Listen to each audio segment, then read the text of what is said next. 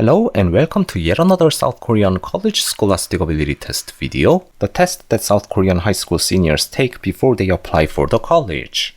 Divide the square horizontally into 3 equal parts to create shape 1. Divide the square vertically into 3 equal parts to create shape 2.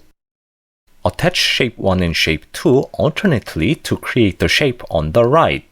Let A be the top left corner of the first shape 1, and let BN be the bottom right corner of the shape created by attaching n total pieces of shape 1 and shape 2 together. When the number of shortest path along the lines from vertex A to vertex BN is AN, what is the value of A3 plus A7? First of all, let me just say that this problem is not that difficult and you can just find the answer by sheer brute force or bashing. But we all know that such brute force method is boring and uneducational. So let us try to use logical and at least somewhat mathematically interesting method to solve this problem. That is, finding the relation between AN and the previous term AN-1. But before we get to that part, let us first make an observation on a single shape given in the problem. In shape 1 and shape 2, how many ways are there to travel from top left corner to bottom right corner in the shortest distance? Well, it is not difficult to find out that the number of ways is 4 for both shape 1 and shape 2.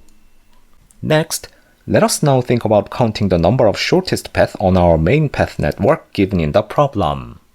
Let us define points C1, C2, C3 and so on as the topmost points which are directly above points B1, B2, B3 and so on respectively.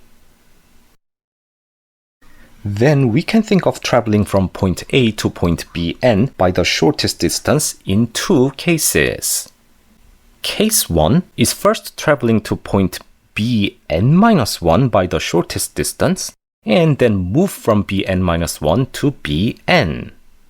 In this case, we can straight up use the previous term An-1. There are An-1 ways for A to Bn-1 route, but there is only one way for Bn-1 to Bn, just moving horizontally. Therefore, the number of ways for this case is An-1.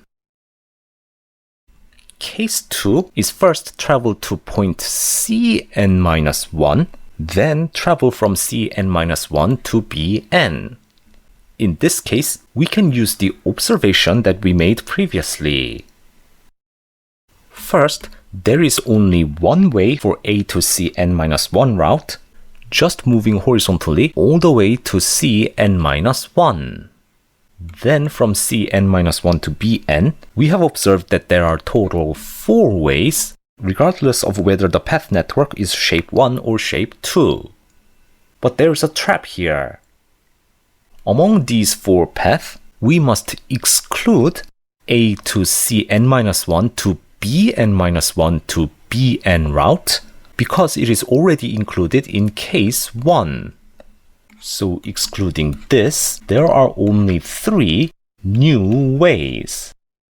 From cases 1 and 2, we know that An can be given as An-1 plus 3.